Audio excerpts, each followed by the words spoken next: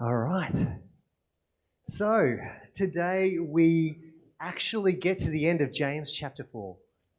And it's been actually wonderful to chat to a lot of people through this series. I recognize that when I say this series, I know we've been working through James for a long time, but it really does feel like James chapter 4 has almost been a series in and of itself around conflict. And that shouldn't surprise us because that's what James chapter 4 is about. And there has been this feedback that I've been receiving of both appreciation and challenge in the midst of that, yeah? This sense of kind of going, this is what I needed to hear, now I've got to do something about it, yeah? And I just want to encourage you in that. Whatever God has been prompting you to do in response to whatever kind of conflict that exists between you and others or you and God, allow that conviction and just that pressure of this series, so to speak, to actually prompt you toward action. Because I promise that if that is what God is convicting you to do, if there is a step of obedience for you to take and you take that step, God will affirm that. You will see fruit of that, right? Because again, what are we here at church? But we are followers of God. We are followers of Jesus. And that means we actually have to move. We are following him.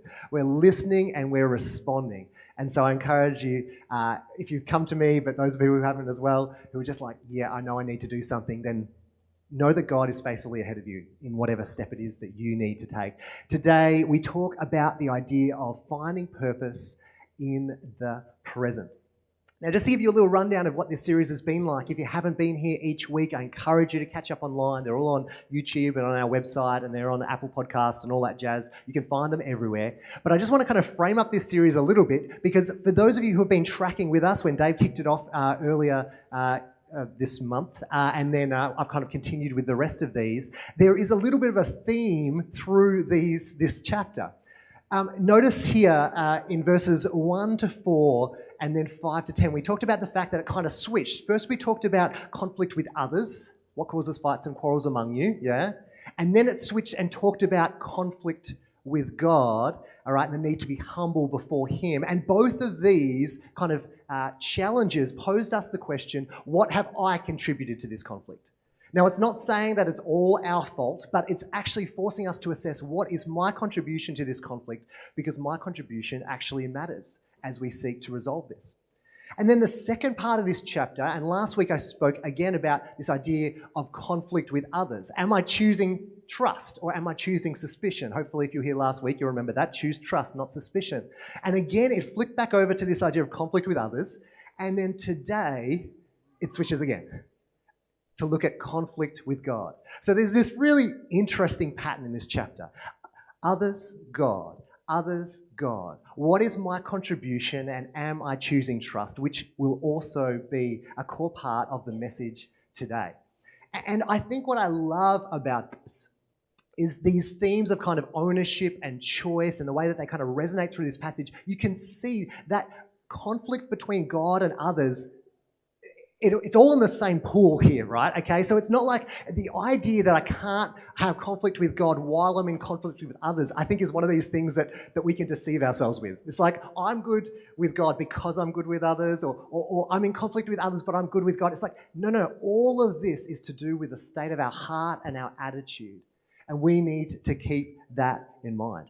And today, it is no different. And so we're going to journey through these last few verses of James chapter 4. So if you have your Bible, feel free to turn with me to James chapter 4. We're going to do verse 13 to 17.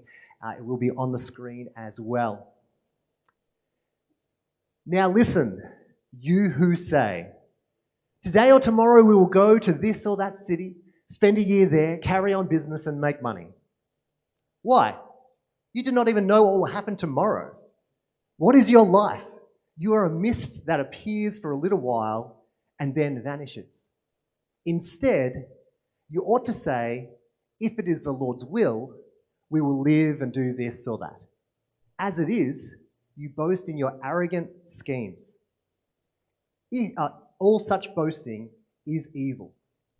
If anyone then knows the good that they ought to do and doesn't do it, it is a sin for them. I'm going to read this passage one more time, right? Because sometimes, especially when there's two parts saying, if you're this person, and then the response, we can kind of miss it a little bit. Let's go again. Now listen to you who say, that could be you.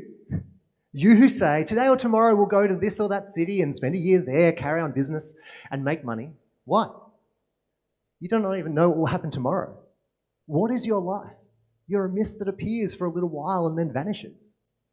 Instead, you ought to say, if it is the Lord's will, we will live and do this or that. As it is, you boast in your arrogant schemes, and all such boasting is evil. If anyone then knows the good they ought to do and doesn't do it, it is a sin for them. Now, I noted at the beginning here, this is actually to do with, again, a conflict between us and God. And it really stands out with that final verse, because you've kind of got this scenario. It's like you might be one of these people who makes all these plans, and be careful, those plans are arrogant. You know, maybe you ought to do this. But then it kind of taps on that verse at the end. If anyone then knows the good they ought to do and doesn't do it, it is a sin for them. And so suddenly there is this connection between plans and potentially arrogance and this idea of missing the good and it being such a damaging thing that it is in fact considered to be a sin. It actually offends God when we miss the good. And so today's message especially is for those people who have an inclination towards planning. And I'm one of those people, so I get that. And maybe you're here and you're kind of like, you're a bit of a planner, you like having kind of plans and things in place. And if that's you, I think there's a particular need for us to listen carefully to this message. You might be fast and loose and kind of just go with the flow. There's also a risk in there for you as well. But what James warns us, first and foremost through this passage, is that there is a danger of an arrogance that can emerge when we make plans, okay? One that would actually cause us to offend God. And this is what he doesn't want us to fall into. So let's talk a little bit about plans.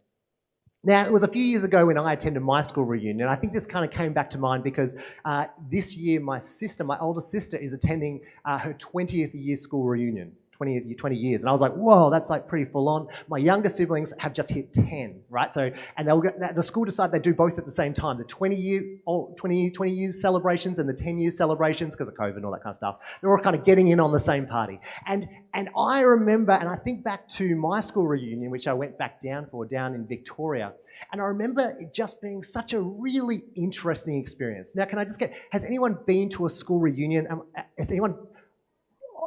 Only a few, okay, so interesting, right? Because you always kind of get this sense of going like, how many people actually do it? This is good, all right? Because if you haven't been to one, let me tell you how weird it is. All right, so this is the thing. You roll up to a school reunion, okay, and this is 10 years on, and of course what you are is you come in with all these ideas as to where you think people that you knew in high school would end up, okay? And so you remember the problem students in the class. You remember the ones who are always the standout sports people. You remember the ones who were the really intelligent. You remember like that one quality that you put them in a box with and you say, well, clearly their life is simply an extension of that, yeah?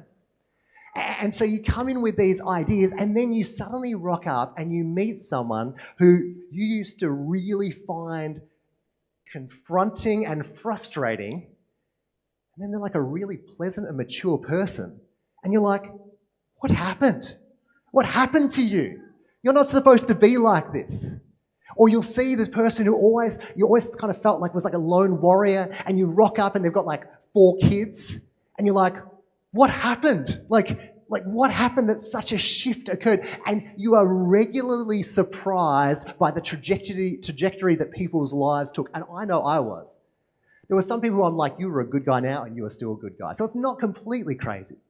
But there are people who you're like, I could not have predicted this in a million years. But then again, I ask the question, I wonder if people thought the same about me. You know, does your life today look like anything like you would have imagined it even 5, 10 or 20 years ago? Now, maybe some of you are like, oh yeah, actually, I imagined it pretty closely. And I think that probably depends on your age a little bit sometimes. But so often we reflect and go, actually, I wasn't expecting necessarily to be in these circumstances, these jobs, with these families, with these dependents, with these desires, with these priorities. And suddenly we're forced to question, how well do I know my future? How well can I predict where I will end up? And the truth is, we're not actually all that great at predicting our future. And even those of us who do make plans tend to have those plans adjusted on a regular basis.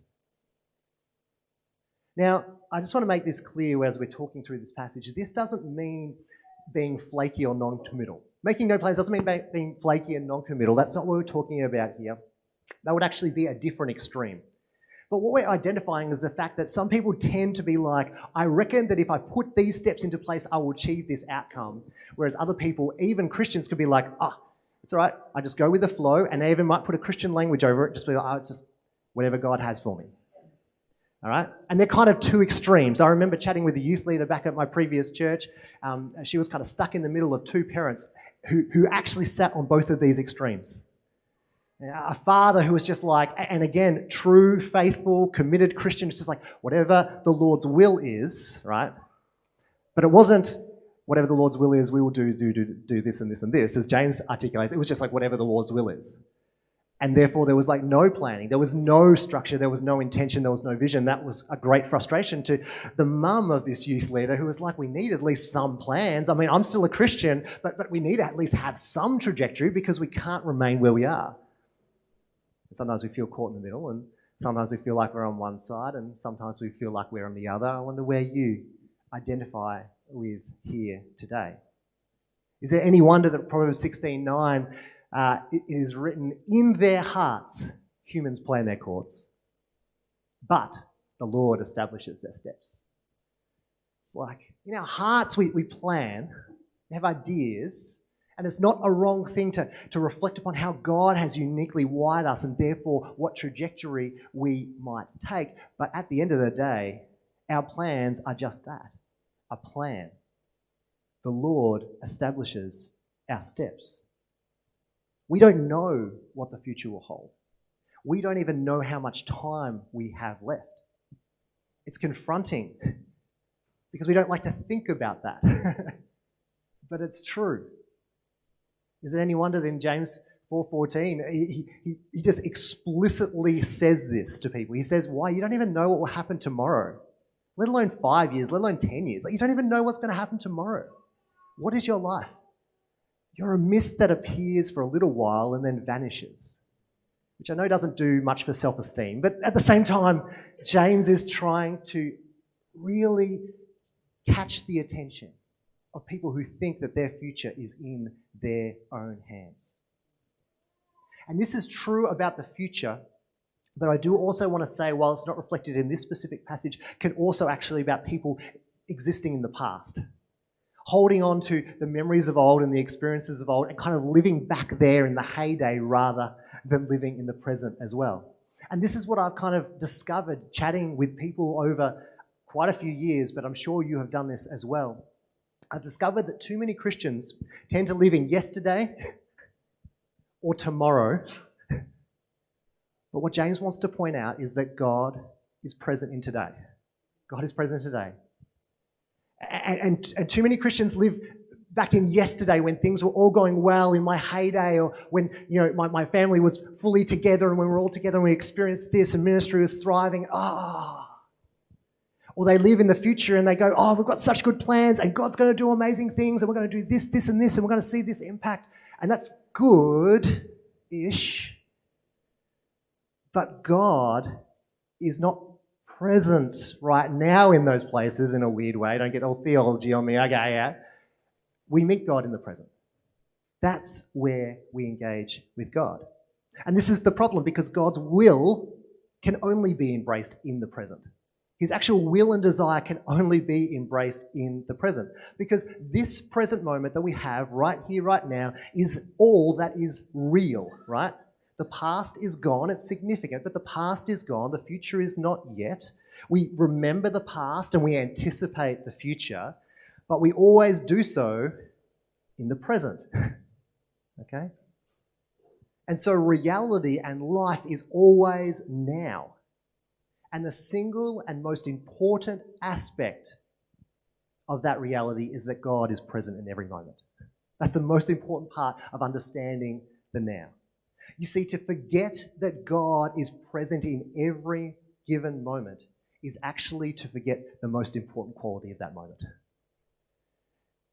And so when we live back there or we live in the future, we miss the God that is present in that moment. So we could ask the question, why? Why do we go back there? Why do we project ourselves forward? You see, James highlights the future, as I said, but it can also apply to the past. Well, let's talk a little bit about why we make plans. Again, verses 13 and 16 particularly talk about this idea of making plans. Listen, you who say, today or tomorrow we'll go to this or that city and spend a year there, carry on business and make money. Do you see the layering effect there? It's like, we're going to go to that city and then we'll spend a year there. That's a bit more specific, and we'll carry on business while we're there. And by the way, we're going to make money. You can see the layer effect of this particular idea.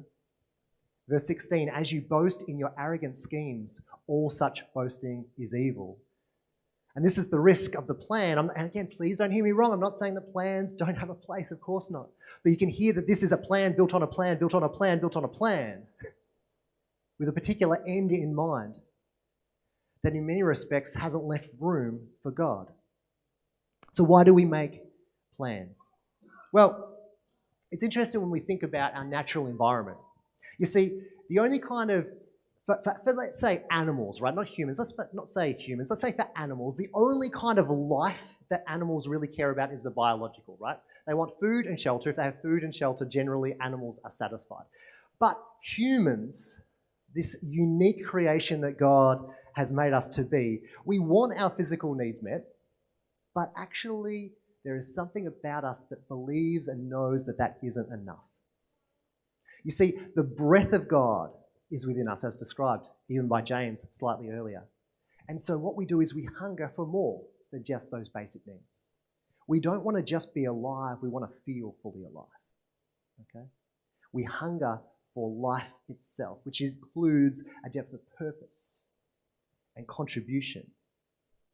And people have described this in many ways over history. Sometimes people describe it as like a God-shaped hole in us. There is something inside of us that actually needs to find expression. Or perhaps it could be considered in some respects like a kind of sort of built-in kind of homing device intended to lead us toward God. It's like, I know that something in me is missing, and so therefore there is something about me that actually is drawn towards something beyond my physical needs. You see, relationship with God and His will for us. So relationship with God and His will for us, that we'd actually live out that purpose, is how we were designed. And so we're actually never really satisfied until we never really find that peace until we discover this, right? And this is inherent within all people. And so we want to make plans. We know that there has to be something more. You see, even if we were to take God out of the equation, this homing device doesn't turn off, right? It simply gets redirected.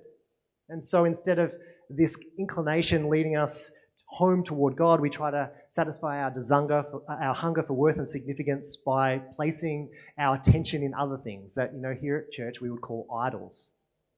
And this is often reflected in the plans that we make for ourselves. I mean, even this example in James, it's like, I'm going to go do this and do this and do this so that we can make plenty of money. And so it shouldn't surprise us, the human inclination to want to make plans, because there is a need within us that actually requires fulfilling. And if we don't place God there, it's going to find a different pursuit in the form of an idol. Greg Boyd writes, theologian, while the true God lives in the now, false gods always live in the past and the future. Chasing them to find our worth and significance always takes us out of the present moment. So those things that we crave and those things that we long for, those idols, they always exist in the past or the future. The person that I once was, I'm like, I just want to go back to there. That significance, that admiration, that security. Or the future, I'm going to have lots of money. And I'm going to make a business, I'm going to spend a year there, it's going to be great. The idols or false gods always live in the past or the future. And that takes us out of the present moment. And I think that if we're honest about the plans that we often have, a lot of our past and future-orientated thoughts often revolve around self-centered desires. It's usually what happens. And it's when we spend time in the future and the past, it's often because we want to position ourselves at the center and feel worth and significance to kind of fill actually that God-shaped hole. And this is the warning that we see in James. Don't look elsewhere. A relationship with God is actually grown through daily intimacy. Understanding what the Lord's will is in any given day. Instead, you ought to say, if it is the Lord's will, first and foremost, we will live and do this or that. We go to God first. He shapes our heart. He shapes our plans. He shapes and fills that sense of satisfaction and need that as humans we have within us, so that we don't have our eyes fixated on the other idols that would seek to try and deceitfully satisfy that need. And this becomes a challenge for all of us as followers of Jesus, daily followers of Jesus, because unfortunately, and I know that you would have seen this as well, many Christians kind of have this kind of magical understanding of Christianity that kind of leads them to assume that that their life is surrendered to Christ because at one point they pledged to do that. Okay? Maybe they pray a sinner's prayer and think that somehow, magically, that means that they have this kind of real active relationship with Jesus, but we know that that's not what relationship looks like.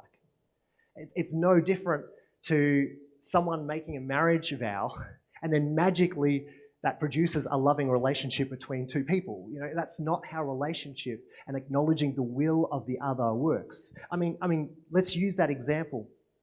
Think of it like marriage. So 12 years ago, I looked into Megan's lovely eyes and I pledged my life to her, okay? Now, that pledge didn't magically give us a good marriage. It doesn't work that way. For anyone who's been married, you know that's true.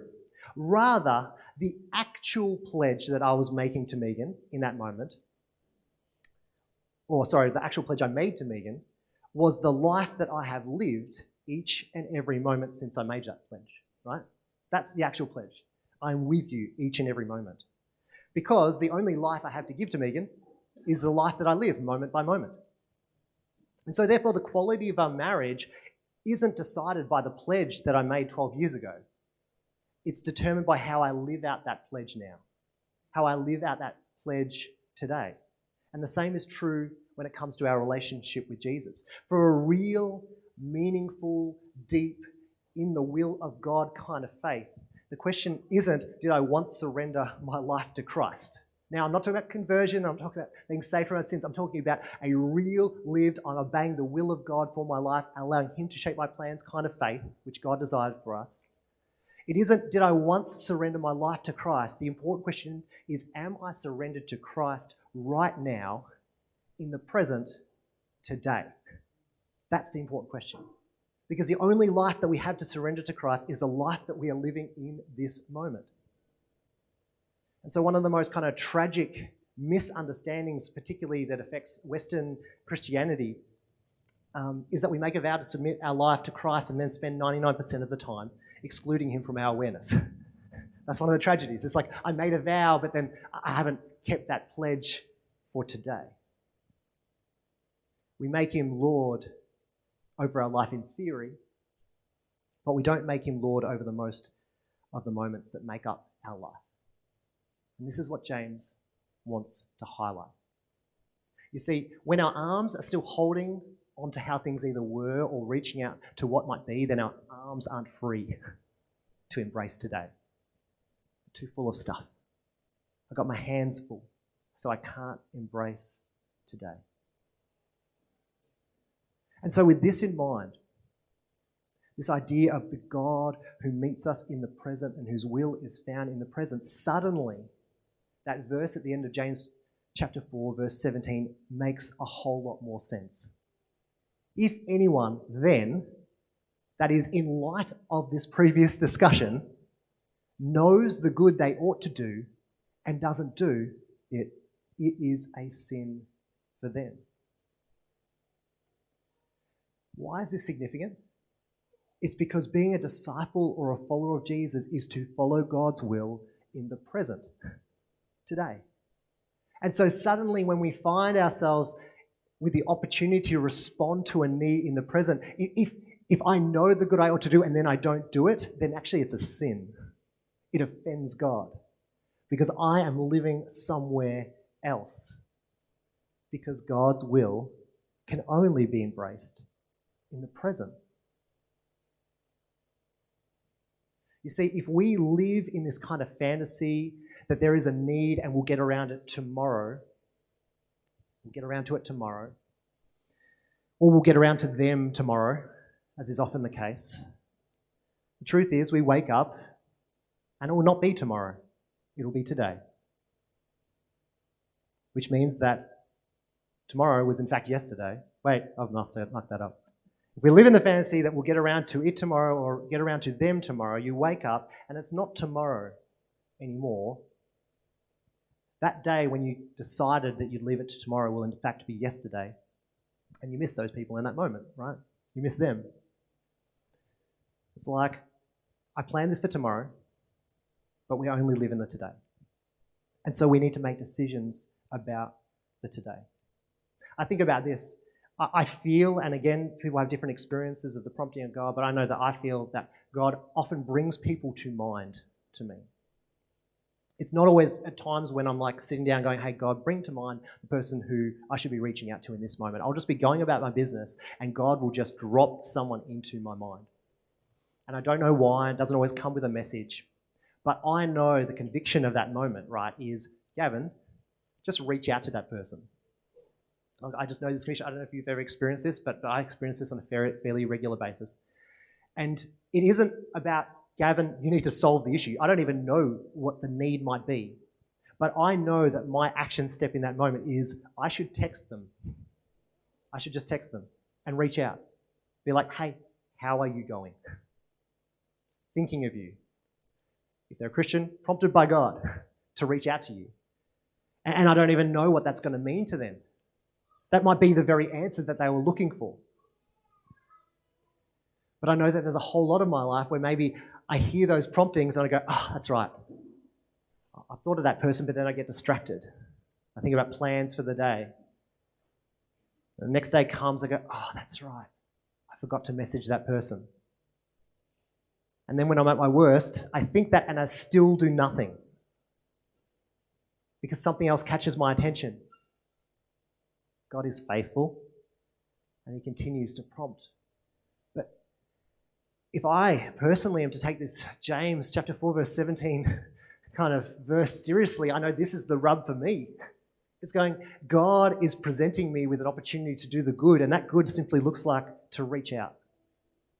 And if I don't do it, even though I know what I ought to do, it is a sin. And I'm like, I'm offending God. So this isn't just about kind of like, Gavin, yeah, you get around to it, or oh, yeah, that was unfortunate. It's like, I don't want to be living my life offending God when he's presenting me with the opportunities for the good. I don't want to be so caught up in the plans that I have that I miss the opportunities that God is presenting me with to respond to his will in any present moment. And so maybe it is for you that he brings people to mind. Can I encourage you? Just respond, pray, text as soon as they come to mind. And I say that because what do we do but we preach to ourselves? Yeah. But God may prompt you in other ways. Bring other thoughts to mind. What does it look like to not be so sure of our plans of the future or to be living in the past that we don't embrace God's will in the present? And so, as something a little bit different in response to this message today, I want us to share in just a brief time of collective reflection. And if you feel comfortable, I want to encourage you in just a moment to close your eyes. Okay? And this is simply to eliminate distractions, to maybe switch off stimuli that would lead us toward the future and the past, and just sit in the present as I speak some words of truth over us and allow these to sink in. So take a deep breath, and if you feel comfortable, just close your eyes.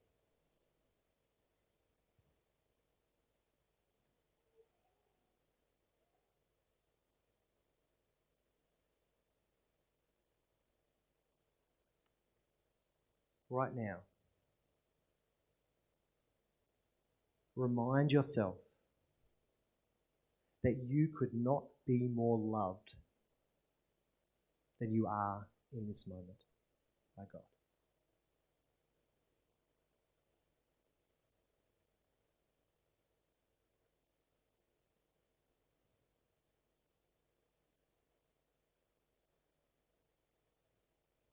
Be reminded that here in this moment, you could not have more worth than you currently have in this moment in God's eyes.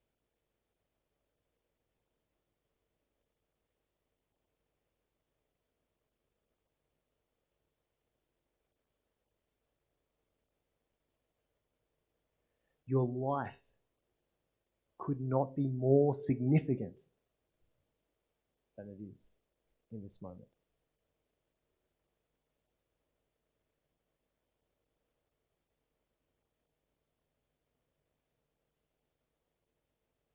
Remind yourself that God's perfect love never began, never ends, is never threatened, and never wavers for you.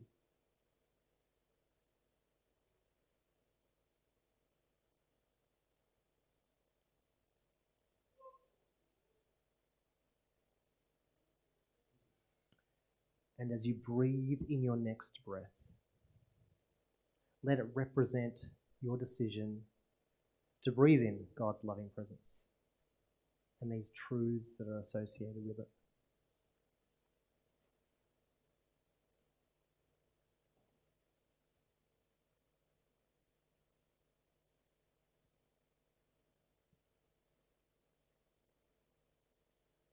And with a heart that is at peace around worth and significance, we then ask the question, God, what is your will for me today?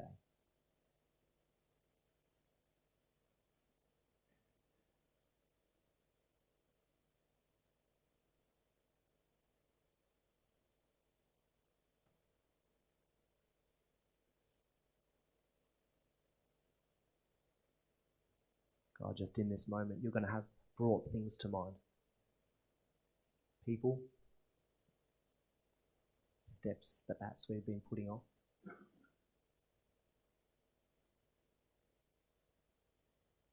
Perhaps you've brought to mind how we can honour you with our time and our energy.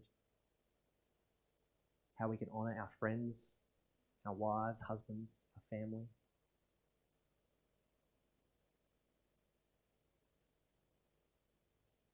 God, thank you that we meet you in the present. You make plans in our hearts, but you direct our steps. So may we not offend you with our arrogance.